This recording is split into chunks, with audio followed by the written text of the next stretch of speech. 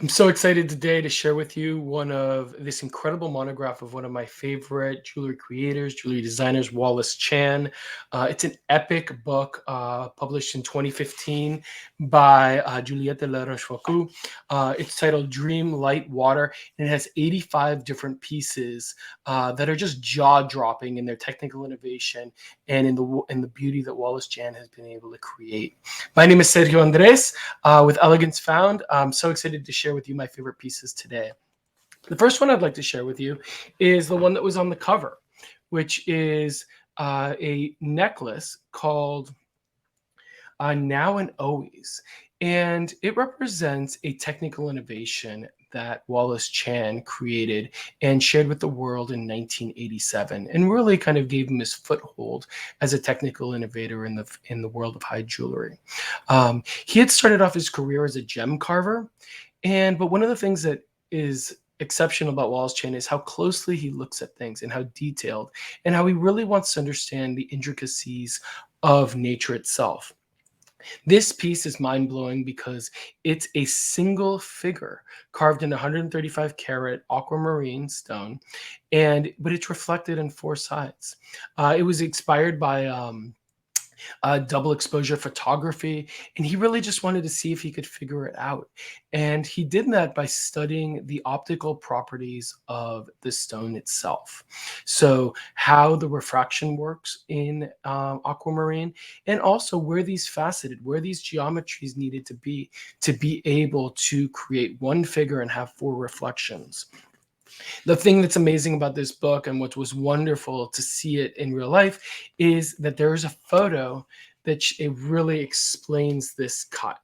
So I had never seen the back of a Wallace cut, and you see here that he's created a little capsule for it that has a closed little drawer, and so the person that owns this piece could share the secret with those that they chose to.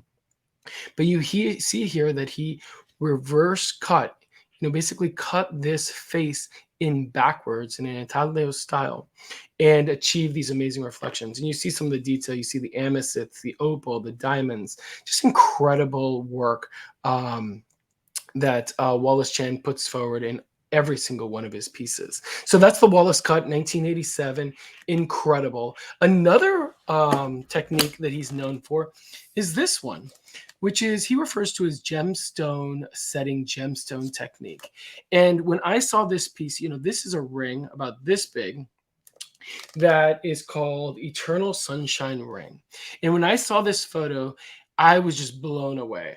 It looks like magic. I have no idea how he's able to take this 10 karat yellow diamond and set it within this black jade with this diamond kind of kissing it. It's mind blowing to me.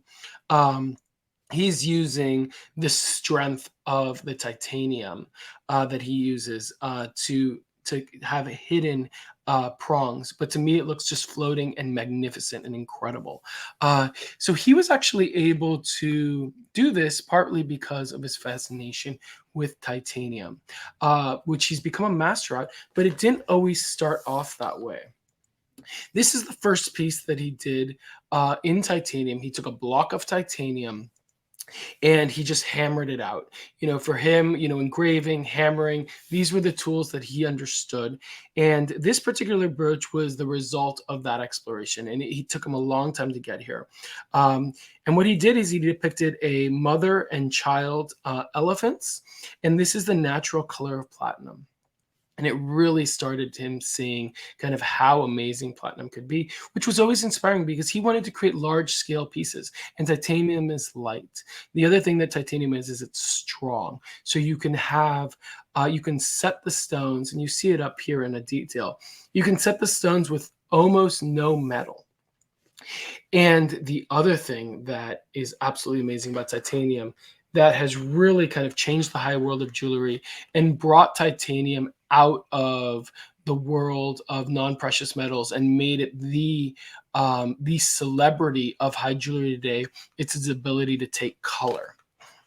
And Wallace Chan is the master of color in titanium. So to understand how you can make metal look like a rainbow, you have to do exactly what he has done time and time again. You have to look at nature as closely as possible. Titanium changes colors through what's called an anodization process, which is about a process putting electric current through the metal. And when you put electric current through the metal, a a layer of titanium oxide is created on the surface of the metal. And that metal's optical characteristics create these colors. And he was the first one to do this, in with such mastery. Joel Arthur Rosenthal created a titanium piece, the Mughal bangle bracelet in the 80s, 1987. But the first one to master titanium. And titanium, he talks about needing the purity of titanium to be essential to reach the effects that he's looking for. But Wallace Chan actually says to himself, he says, with enough will and persistence, you can turn titanium into silk. And I think he's done that. And these bleeding colors are fantastically difficult to do. You see that not only do the stones look like they're floating on the metal, but there's almost no metal holding them together. This is one of Wallace Chan's a detail of one of Wallace Chan's famous butterfly pieces. He looks at the diversity of the natural world and butterflies as a source of inspiration, but he's creating these things out of his own imagination. Here you have pink sapphires, you have diamonds, you have purple sapphires. And when Wallace Chan showed up at Basel World in 2007 as the first Chinese artist to show at the famous European art fairs, it was so mind-blowing to the Europeans that they called him the butterfly man from China. And he's just embraced that number, and he continues to make exquisite butterfly jewelry, large scale, very colorful, incredible setting butterfly jewelry to today. And I think that these butterflies were actually what set him on the path towards one of his newest innovations, which is called, he's named, because titanium, it required a new mold material to create, and that mold material was porcelain. And it started this love affair and this journey with porcelain, which is a traditional and historic medium in China. And he's created a new porcelain that is his own formula that he uses in jewelry, and he uses in jewelry in the world today. And he calls it the Wallace Chan porcelain. And I'll show you a new book, a new monograph called Winged Beauty by Wallace Chan in another episode. But the things he's been able to achieve with that new porcelain are just an incredible, incredible. And it's so wonderful to see how he's creating beauty through technical innovation.